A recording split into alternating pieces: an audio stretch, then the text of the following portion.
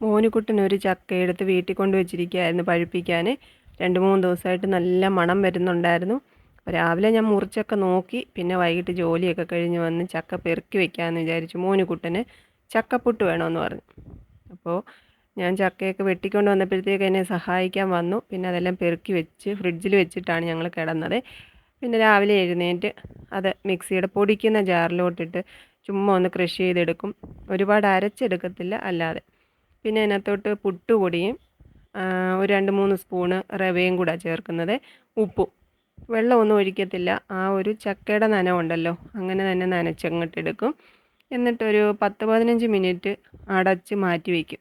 അത് കഴിഞ്ഞിട്ട് അതിനകത്തോട്ട് കുറച്ച് തേങ്ങാപ്പീരയും കൂടെ ഇട്ട് ഒന്നുകൂടി ഒന്ന് ഇളക്കിയെടുത്തിട്ട് നമ്മുടെ കുഞ്ഞ് ചിരട്ടപ്പുട്ടുണ്ടാക്കുന്ന സ്റ്റീലിൻ്റെ പാത്രം ഉണ്ടല്ലോ, അതിനകത്ത് പുട്ടുണ്ടാക്കിയെടുക്കും.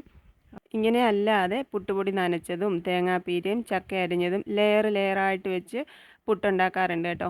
അതും അല്ലെങ്കിൽ ചക്ക നല്ലവണ്ണം അരച്ച് പൊടി നനച്ചെടുത്തും അങ്ങനെ ഉണ്ടാക്കാറുണ്ട്. പലവിധ രീതികളുണ്ട്. ഈ രീതിയിൽ ഉണ്ടാക്കുമ്പം കുറച്ചുകൂടി ഈസിയും പിന്നെ ടേസ്റ്റിയും ആണെന്ന് എനിക്ക് തോന്നിയിട്ടുണ്ട്. പിന്നെ ചക്ക കുനുകുനാന്ന് അരിഞ്ഞ് വേണമെങ്കിലും എടുക്കാം. കൈ വയ്യാത്തത് കൊണ്ടാണ് ഞാൻ മിക്സിയിലിട്ട് ക്രഷ് ചെയ്തെടുത്തത് കേട്ടോ. അപ്പോൾ അതെ, മോനുകുട്ടൻ്റെ ഇഷ്ടത്തിന് ചക്കപ്പുട്ടുണ്ടാക്കിയിട്ടുണ്ട്. കഷ്ടപ്പെട്ടത് ചുമ്മി എടുത്ത് വീട്ടിൽ കൊണ്ട് വെച്ച് പഴുപ്പിച്ചെടുത്തതല്ലേ. ഇനി അപ്പോൾ അങ്ങോട്ട് കഴിക്കട്ടെ.